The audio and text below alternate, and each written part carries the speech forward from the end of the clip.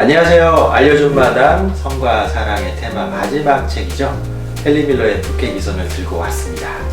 이 북해기선을 선택하신 분이 동무쌤이잖아요. 네. 네. 솔직히 이게 다 읽었어요? 당근이 읽으셨어요? 읽었는데 여기로 들어왔는데 여기로 나갔어. 네. 저는 계속 맴돌고 있습니다. 여기 머릿속에서. 뭔가 네. 안개가 쌓인 네. 듯한 느낌이 있잖아요. 그래서 뭐야, 그러니까 꼭 어떤 형식이나 줄거리가 있어야지만 좋은 소설이라고 말할 수는 없지만 기존에 우리가 읽었던 소설하고는 좀 다르다. 의식의 흐름 기법도 조금 있는 것 같고 형식상의 콜라주 기법도 있는 것 같고 한데, 어쨌든 우리가 이 책을 읽었다는 거에 의미를 두고 그리고 어떤 면들을 우리가 독자들에게 전달해 줄 수 있을까 고민을 많이 하고 왔을 텐데요. 일단은 이 작품이 어떤 작품인지 설명이 일단 돼야 되겠죠? 네. 작품을 소개를 부탁드리겠습니다. 네, 저도 읽기가 굉장히 힘들었거든요. 네. 근데 힘을 쫙 빼고 네. 그냥 뭐 기대감 없이 읽으니까 네. 그냥 재밌었어요. 네. 그냥 읽고 나니까 굉장히 글 쓰는 사람으로서 배운 게 되게 많았거든요. 저는 이게 어떤 소설의 형식이나 뭐 그런 거 없어요. 그냥 막 그냥 쏟아내는 것들. 네. 쏟아내고 그 어떤 파리에 건너와서 하자가 그 보이는 어떤 사물들이라든가 어떤 건물들, 그 다음에 사람들, 그러면서 먹고 사는 이야기 이런 것들을 하자 그냥 막 섹스 이야기 닥치는 대로 막 그 섹스를 하면서 자기 본능대로 행동하는 그런 것들을, 그게 줄거리예요. 일단 이 화자가 미국에서 온 사람이죠. 그렇죠. 네. 그리고 젊은 문학을 꿈꾸는 사람이고 네. 파리에 와서 방랑을 하는 얘기인데, 가끔 그런 생각도 했어요. 저는 요즘 사람들로 치면은 인스타그램을 찍은 것들을 이어놓은 거 아닌가 라는 생각이 들 정도로 좀 파편적인 이야기들을 모아놨어요. 전체적으로 보면 이야기 구성은 있긴 있죠. 그림으로 하면 콜라주 기법 같은 네, 거죠. 맞아요. 헨리 밀러 이 작품은 보면은 이야기 안에서도 파괴하고 있지만 장르도 파괴하고 있지 않나. 그렇죠. 그래서 소설인지 에세이인지 아니면 뭐 일기인지? 자기 고백인지 맞아요. 이런 것들을 분간하기 힘든 그런 네. 내용이었습니다. 우리나라에서도 맞습니다. 오토픽션 그 붐이 좀 있었었잖아요. 네.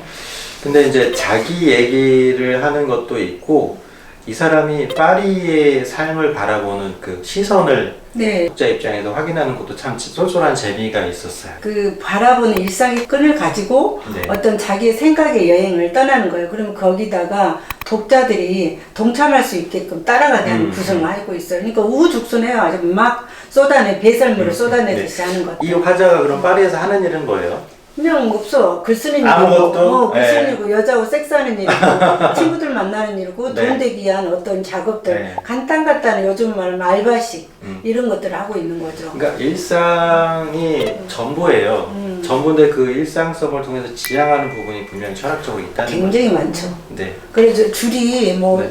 정말 줄 그은 데가 처음부터 끝까지예요. 예. 그래요? 네, 처음부터 끝까지인데 정말 거의 한 장 몇 줄을 그을 수 있는 네. 것들인데, 그 정도로 어떤 이 사람의 사상과 어떤 철학과 이런 것들이 굉장히 묻어나는 책이에요. 그래서 읽고 나잖아요. 그럼 창작자 입장에서는 굉장한 배움이 있는 거예요. 맞아요. 어떤 형식의 네. 타파라든가 이런 것들이. 예. 이 작품의 시대 배경은 이제 1차 세계대전 이후 20, 30년대 흔히 말하는 미국의 잃어버린 세대 작가들이 지향했던, 그리고 그 작품들의 배경이 됐던 유럽을 바탕으로 하고 있고요. 한 작품을 이해하기 위해서는 그 작가의 삶과 배경도 아는 게 중요하거든요. 이 작가는 어떤 작가인가요? 네, 헨리 밀러라고 하면 네. 많은 분들이 좀 알고 계실 텐데요.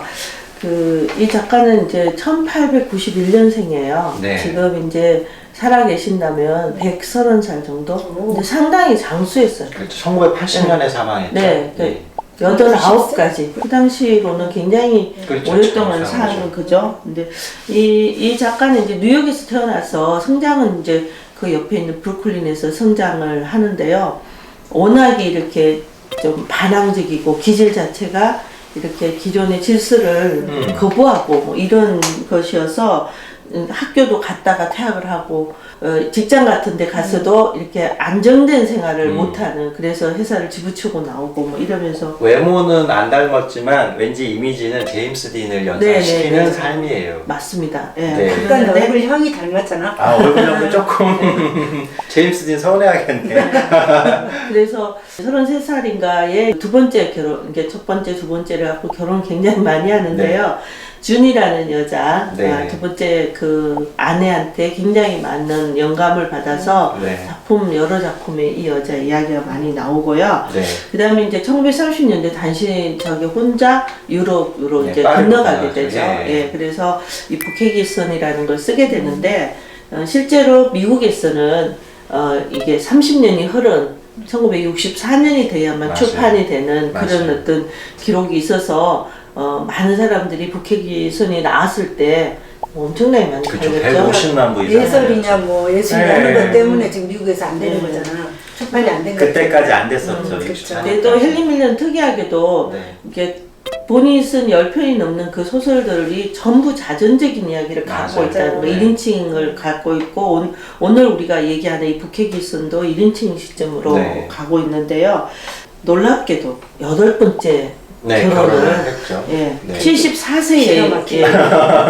본인 삶도 그냥 음. 굉장히 드라마틱하게 이런 넷의 일본인 재즈 피아니스트와 결혼합니다. 맞아요. 네. 그것도 40년 이상 되는 그 연하고, 연하의 네. 나이 차를 가지고, 그래서 그러면 그 여자도 그만큼 매력이 있으니까 40살 연상의 남자하고 선택한 굉장히 거 아니에요? 매력 있다고 인터뷰에서 얘기한 게 있어요. 매력 있는 남자예요. 네. 근데 뭐 영화에서도 보면 굉장히 헨리 밀러가 매력 있게 나옵니다. 네. 근데 우리가 흔히 매력이라는 것이 현실의 삶하고는 굉장히 상반되어 있잖아요. 그러니까 외적 매력하고는 또 다른 차원의 네. 매력이 있는 거죠. 근데 아내들이 끝없이 떠나가잖아요. 네. 왜 떠나갈까요? 먹여 살려 심지어 맞아요. 심지어 먹여 살린다. 네. 진짜 그 뭐 여복도 많고 네.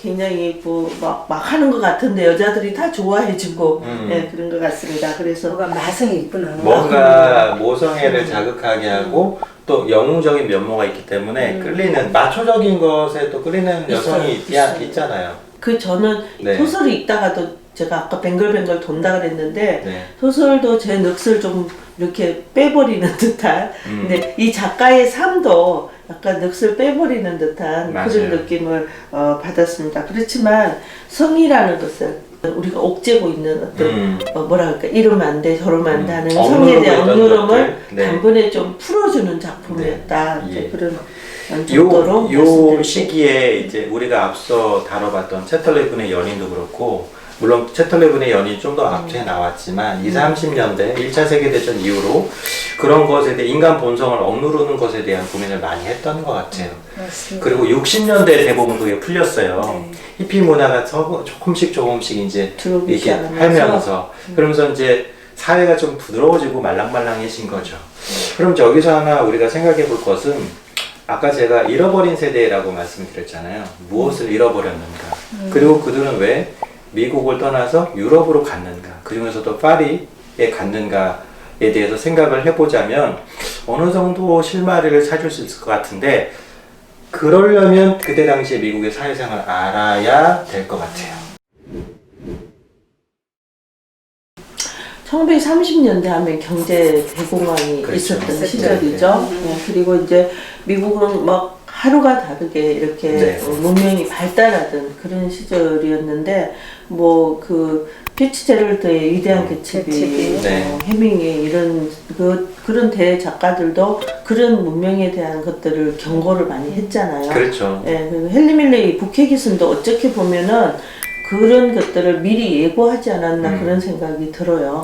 극단적인 문명 물질주의에 대한 반항을 한 게 아닌가 싶기도 하고요. 저는 이제 청교도, 네. 청교도주의, 그 엄격한 도덕이라든가 규칙, 규범, 뭐 선, 네. 이런 것들이 헨리 밀러가 그런 규칙들을 하나의 걸 뛰쳐나오는 그 형식이나 삶을 택하지 않은 어렸을 때부터 자유분방한 그렇죠. 성격을 타고났기 때문에 그러니까는 갑자기 웬 금욕주의를 얘기할까? 우리가 생각하는 미국하고는 이미지가 다른데 1920년대의 미국은 그때 금주가 유행했었어요. 왜 영화 대부를 보면은 알카포네도 밀주 때문에 성장했잖아요. 그 마피아가. 그때 당시 왜 그렇게 금욕주의가 이렇게 각광을 받았을까? 1900년 이후로 유럽에서 어마어마한 이민이 쏟아져 들어오기 시작하고 주류 백인 사회가 뭔가 위협을 느끼기 시작해요. 그래서 그때 출연했던 그 단체가 KKK다. 네, 남부에서 엄청나게 활발하게 활동을 했죠. 그러니까는 이 금욕주의, 또 금주한다는 것을 자기들이 이제 미국의 주인이라는 거죠. 자기들과 다른 이민자들 간의 어떤 경계를 나누는 도구로도 쓰일 수도 있고, 그 여기에 또 종교적인 어떤 그 보수주의가 여기에 함께 가미가 돼서 미국 사회의 분위기는 한편으로는 굉장히 물질 만능주의로 그 치달으면서도 또 여러 가지 대중적인 면에서는 그런 금욕주의가 있었다. 그런 것에 환멸을 느낀 작가들이 미국으로 떠나는 것 아닌가 하는 생각을 해보게 되거든요. 그 시대의 그 정치 이데올로기 같은 상황도 굉장히 극단적이었고, 네. 굉장히 지금 미국이란 사회가 우리가 볼 때는 굉장히 자유분방한 사회 같지만 물질을 굉장히 우선순위로 두는 그런 것들이 팽배해요. 그러니까 그때 청교도나 뭐 그런 그 시대에 그 밑바탕에 굉장히 정치나 모든 것들이 있어서 그러지 않았나 싶어요. 이때 당시 이제 이 미국의 상황과 대비되는, 특히 헨리 밀러가 뉴욕과 파리를 비교하는 문장을 많이 썼는데, 네. 파리는 좀 달랐죠. 네. 예. 지금도 우리가 파리라 그러면 뭔가 이제 문화적인 코드를 우리가 생각하게 되는데요. 그렇죠. 미국 사회가 황금 만능주의로 어떤 향락이나 이런 데 많은 그 사업이 발달했다면 아무래도 미국 쪽보다는 역사와 전통이 더 있는, 또 네. 파리는 어떻게 보면 다른 유럽하고 다르게 많은 예술가들이 꿈꾸는 도시 아닐까요? 그렇죠. 네. 왜 헨리 밀러가 파리로 갔는지 정확한 건 모르지만 미루어 짐작을 해보면 그런 정도로 근데 생각할 수 있어요. 파리에 파리에 가서도 여기 묘사한 거 보면요, 너무 진절머리를 쳐요. 그러니까 파리로 갔지만 파리라는 데가 막 벼룩의 거리고 아메리칸 익스프레소를 의미하는 데가 파리다, 막 이렇게 근데 이제 해요. 쉽게 말하면 이거예요. 파리 동경을 가지고 이상향인이라고 생각하고 파리에 왔는데, 여기도 마찬가지로 사람 사는 데고 물질 문명이 있고 한데, 현타가 계속 오지만 그래도 미국보다는 파리가 갖고 있는 톨레랑스의 분위기, 예술가들을 대우하는 것들, 그 다음에 예술을 대하는 것, 이런 것들이 이 헨리 밀러로 하여금 파리에 계속 눌러앉게 만들고 굉장히 오랫동안 눌러앉았어요. 네. 작품도 많이 썼고. 그래서 그때 당시에 파리의 분위기가 만약에 궁금하신 분이 있다면 저는 이 영화를 추천해드리고 싶은데, 1920, 30년대에 파리의 분위기를 잘 묘사한 영화가 미드나잇 인 파리라는 영화가 있어요. 그 영화 유명하죠. 예. 그 오웬 웨슨이 나와가지고 그 미국인인데 파리에서 이렇게 하다가 밤에 우연히 시간을 거슬러 올라가는 마차를 타게 되잖아요. 판타지네. 예. 그래서 20년대로 가요. 거기서 피츠제랄드도 직접 만나고 위대한 작가들을 만나거든요. 그러니까 그런 미국인들의 그 시대에 대한 동경이 잘 나와 있어요.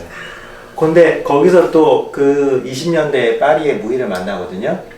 이 무희가 피카소의 애인이에요. 근데 아이러니한 것은 이 20년대 그 파리의 무희는 미국인이 그 오웬 윌슨이 동경하는 20년대에 남지 않고 벨레포크 시대로 다시 돌아갑니다. 네. 그러니까는 그거 보면서 저는 이렇게 생각해요. 시대 정신이라는 거는 어떤 사람들에게는 20년대가 이상향이고, 또 20년에 살던 사람들은 또 벨레포크 시대가 이상향이고. 그쵸. 그러니까 생각하기 나름은 아닌가? 그렇죠. 지금도 그렇잖아요. 맞아요. 그 옛날에는 이게 좋았어, 막 이러면서. 아니, 그 시대가 가지는 가치들이 다 있기 맞아요. 때문에 그렇죠. 저도 그 영화를 참 의미있게 봤는데요. 네. 그 당시의 어떤 그 시대상을 정말 그 영화에서 잘 말해주고 네, 있어요. 네. 예. 중요한 거는 그 시대가 아름다운 눈이 파리가 뉴욕보다 나으니 이런 게 아니라 왜 헨리 밀러는 파리에 집중했고 거기서 무엇을 발견했으며 어떤 삶을 살았고 그 삶을 어떠한 시각으로 작품에 녹여냈는가, 이걸 보는 게 되게 중요할 것 같아요. 그리고 저는 헨리 밀러 작품 읽으면서, 물론 소설이라는 거는 형식적인 그거는 없지만 이렇게 써도 되는구나. 근데 사실 글을 쓰다 보면은 형식에 얽매이게 되잖아요.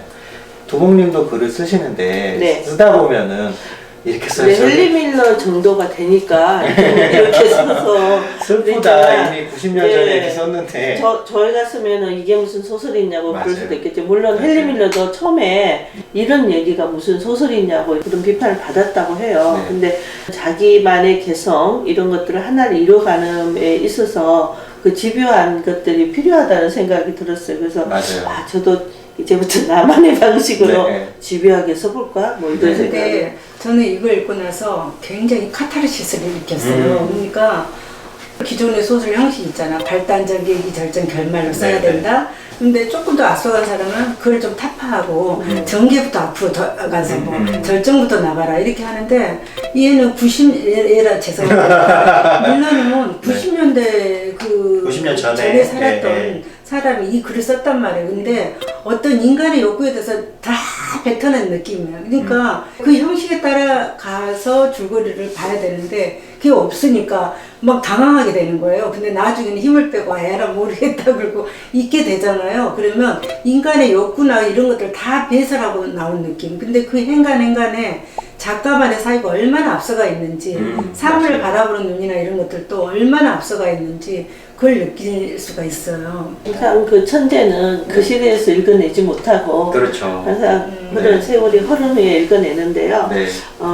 그 앞서갔다는 건 분명한 것 같습니다. 맞습니다. 생각도 삶도 그다음에 이 사람이 부르짖는 어떤 그 자기만의 어떤 가치도 철학과 가치도 그렇죠. 그런 것도 앞서간 거는 분명한 것 네. 같아요. 그래서 저는 그렇게 생각해요. 소설을 읽을 때 그 줄거리를 파악하려고 노력을 해요. 왜냐면 서사 안에 뭐가 있을 것이다. 그러니까는 서사라는 거는 인과관계를 가지고 있는 이야기의 흐름이잖아요.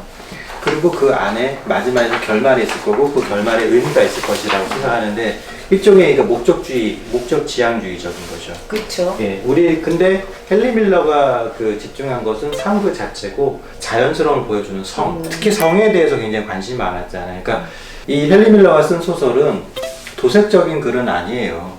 음란을 얘기하고는 있지만 그걸 통해서 인간을 억누르고 있는 금욕주의가 억누르고 있는 본성에 대해서 집중했고 의미라는 것은 결국 일상 안에서 드러나는 그런 인간성의 자유로움에 있지 않나. 그러니까 어떤 사람은 헨리 밀러의 이 북해 기선을 넋을 자유롭게 해주는 소설이다라고 그렇죠. 생각했어요. 저도 굉장히 자유를 느꼈어요. 읽으시면서 자유를 느꼈나요?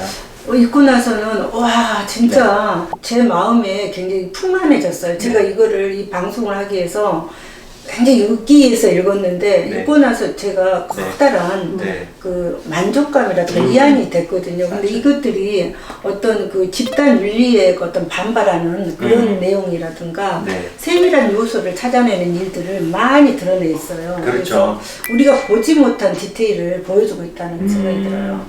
혹시 나도 이렇게 살아가고 싶다는 생각 안 들었어요? 저는 어떤 송년회에서 네. 다음에 어떻게 살 거냐 그래서 막 살고 싶다고 했거든요. 아, 왜 다음에 아직도 많은 날이 남았는데? 아니 그러니까 저번 송년회 그래가지고 2020년도는 막 살고 싶다고 그랬거든요. 다음 생이 아니고 다음에? 네, 다음 그럼 지금 이제 막 2000 막 살고 있네? 막 살고 싶다고 그랬어. 네. 근데 헨리 밀러 같은 삶을 제가 추구했는지 모르겠어요. 그러니까 내가 사랑하는 사람 있으면 그냥 사랑하고 좋아하는 사람 있으면 그냥 막 재지 않고 아 커피 한잔 하자 그러지만 어디 천리라도 가서 커피 한잔 하고 오고 이런 삶을 살고 싶어요. 그리고 내가 좋아하는 것을 하고 싶은데 안 되는 거예요. 왜 안 될까? 그러니까 어떤 형식이라든가 어떤 틀이라든가 내 이치라든가 이런 것들 늘 배경이나. 생각하는 거지. 근데 이 사람은 이걸 다 깬. 두목님은 어때요? 글쎄요. 얼마큼 그게 나는 얼마큼 자유롭다. 솔직하게. 예, 조금 자유로워요. 제가 친구들이 저보고 뭐 전생에 나라를 구했나 뭐 그러면서 이제 보통 제 연령대의 여성들이 가지는 어떤 그런 속박에서는 많이 이제 자유로운 가정의 속박에서도 상태인데요. 벗어나고 네네. 가족분들이 많이 서포트 해주시고 네네, 그 이해를 해주고 하기 때문에 이제 가능하긴 하겠지만 그럼에도 불구하고 이 현실의 삶은 항상 그 말뚝에 매여진 거리만큼 그렇죠. 이렇게 돌고만 있는 것 같아요. 사실은 밀러 같은 경우는 그 거리를 넘어서서 완전히 파리로 튕겨나가는 넘어가볼 감이 없는 거지. 근데 그런 면에서 굉장히 부럽고 개인적으로 정말 이렇게 자기의 감정에 충실하면서 그 작가로 그 작품 활동을 하는 게 굉장히 부러웠어요. 부러우면 안 되는데 예, 그런데 부러웠어요. 헬리 밀러처럼 살 수가 있을까?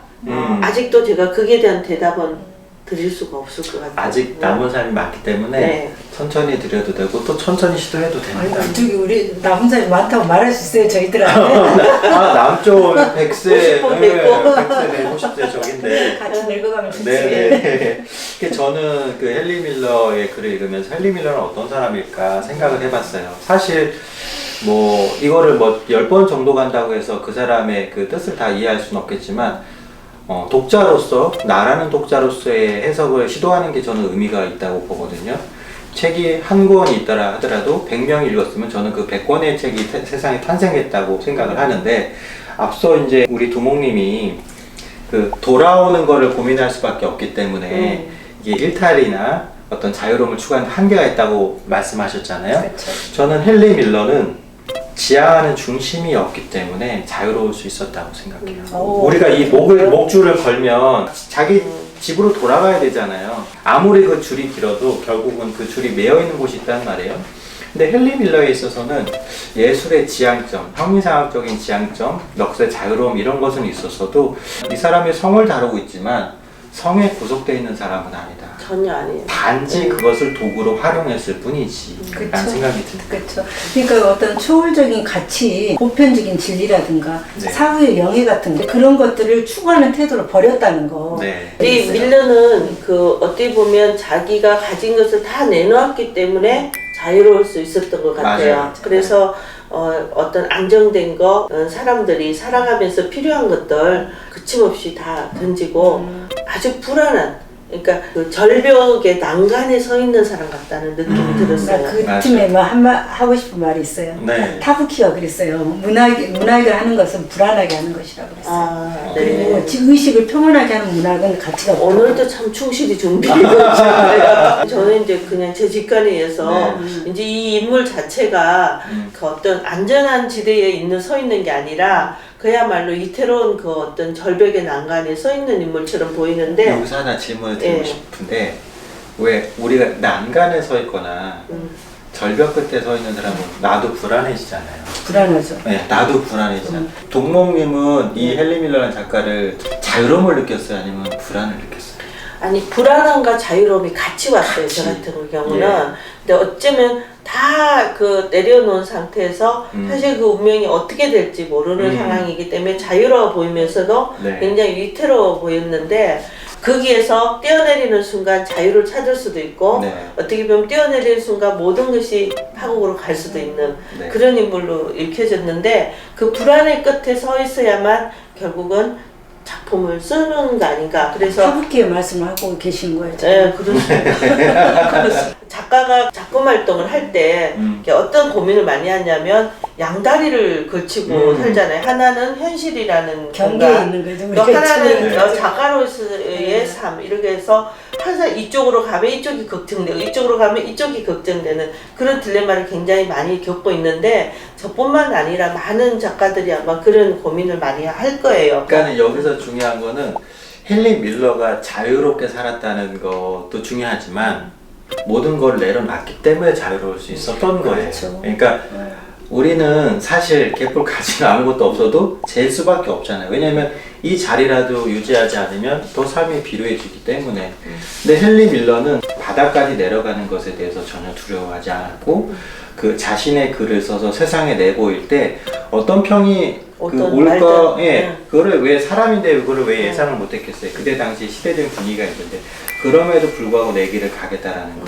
그러니까 기득권을 다 내려놓았을 때 자유로울 수 있다라는 거. 기득권을 내려놓았다는 거는 그 무관심의 리듬, 그 무관심의 리듬이라든가 계속 반복되는 리듬을, 그러니까 매듭지어지지가 않아요. 어떤 리듬이. 그러니까 어떻게 보면은 무관심을 무집착이라고 표현할 수 예, 있을 것 같아요. 집착하지 않는 것 네. 같아. 또 그러니까 다른 말로는 그래. 자유로움일 수 있어요. 그런 자유로움이죠. 맞아요. 집착하지 않는 게. 그러니까 음악으로 치면 좀 재즈 같은. 그렇죠. 그러니까 뭐, 형식이 없는. 예, 그 곡도 시대에 없고 재즈가 유명하지 악보도 않았어요? 맞아요. 30년대. 예.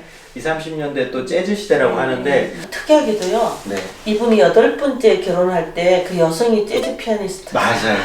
음악도 그때 유명했잖아. 형식을 파괴한 걸 좋아한 것 같아요. 네. 그리고 영화도 그때 굉장히 전성기로 알고 있는데 네. 그 그때 영화 당시는 보면은 아마 뭐 미국에서는 찰리 채플린이 언제 예. 했는지 모르겠지만 모던 타임스 예, 뭐 3, 40년대에 굉장히 각광을 받았던 시대이기 때문에 여러 가지로 그런 시대 정신이 맞물렸던 혼란스러운 시대를 살아왔고 그 시대에서 밑바닥의 어떤 그런 것들을 대변한 작가 아닌가라는 생각이 굉장히 들었어요. 희극적인 찰리 채플린의 모던 타임즈 같은 네, 경우는 그 계속 반복되는 컨베이어 벨트 같은 그 산업사회에 네, 그런 그렇죠. 모습을 하면서 그걸 희극성으로 풍자하는 것들 이런 것들도 그렇죠. 굉장히 영화에서도 많이 있었던 것 같은데 정확하지는 않습니다. 네, 어쨌든 아니 뭐, 인간성의 자연의 어떤 인간이 기계화로 이렇게 되는 것 이미 우리가 지금 많이 와 있잖아요, 그쪽으로. 그렇죠. 네.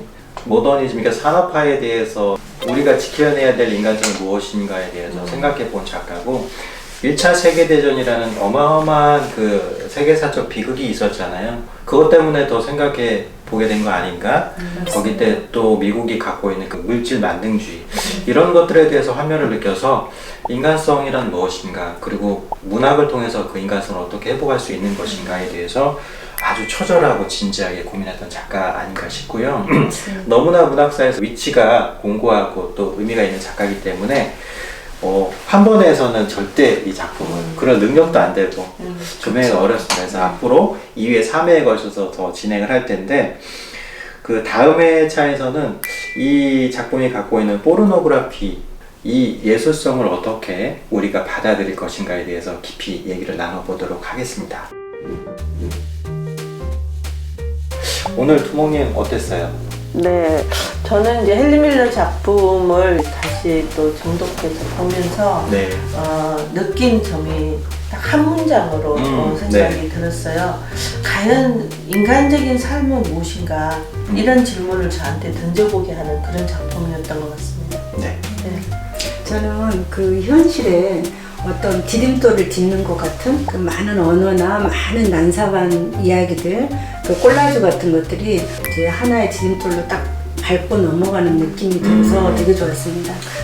저는 딱 한마디로 표현하면 이 작품 읽고 배가 너무 고팠어요. 허기가 졌어요. 그 허기가 여러 가지 의미를 갖고 있는 단어인데 일단은 가장 본질적인 것에 좀 충실해 봐야겠다라는 생각을 하면서 책을 읽었던 것 같습니다. 자, 다음 시간에도 또 헨리 밀러의 북계기선에 대해서 여러분들과 함께 소통하면서 이야기를 이어가도록 하겠습니다. 지금까지 알려준 말 다녔습니다. 안녕. 네.